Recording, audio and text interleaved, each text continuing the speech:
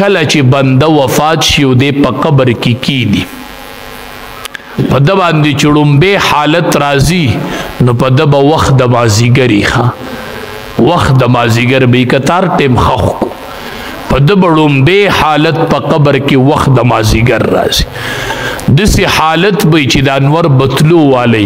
دی به وایي ما پرېږدئ زه مونځ کوم ما پرېږدئ زه مونځ کوم نو چې دنیا کې خو یې مونځ کړی وي که نه نو هلته به ووایي چې ما پرېږدئ زه مونځ کوم ځکه الله قرآن کې قسم خوړلی دی والعصر زما د قسمې په وخت د مازدیګر دا دومره قیمتي ټیم دی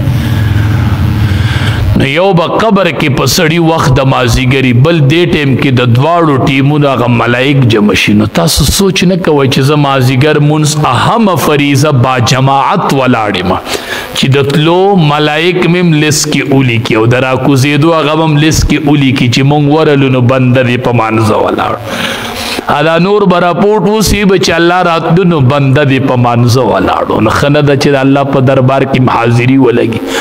الته چرته غیر حاضر ونه لګو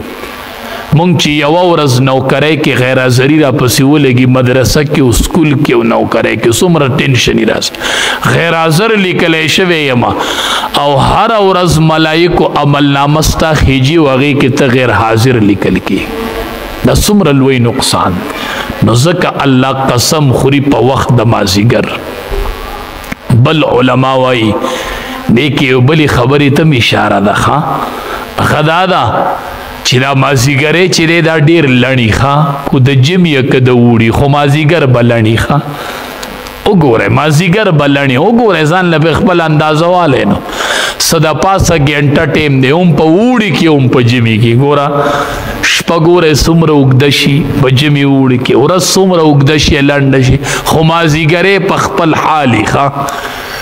نو دا مازدیګر چې دی دا ډېر کم ټیم دی تاسو به خیال کړئ سړی د مازدیګر مونځ وکړي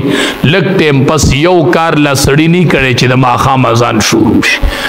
نو دې کې اشاره د دې خبرې ته چې والعصر زما د قسمې په وخت د مازدیګر بنده دا مازدیګر چې څومره مختصر دی داسې ستا د ټول ژوند مثال د یو مازدیګري دی دا ژوند یو مازدیګر دی ګورې په ژوند مه دوکه کېږئ والعصر دا ژوند چې دی دا یو مازدیګر دی مازدیګر څومره زر تیریږي داسې به د ژوند دا ګړۍ ډېرې زر ختمې شي په ژوند مه دوکه کېږئ ژوند یو مازدیګری دی په ځوانۍ مه دوکه کېږئ ځواني یو مازدیګری دی په نوکرو مه دوکه کېږئ دا یو مازدیګری دی په ګاډو مه دوکه کېږئ دا یو مازدیګری دی والعصر زما د قسمې په وخت د مازدیګر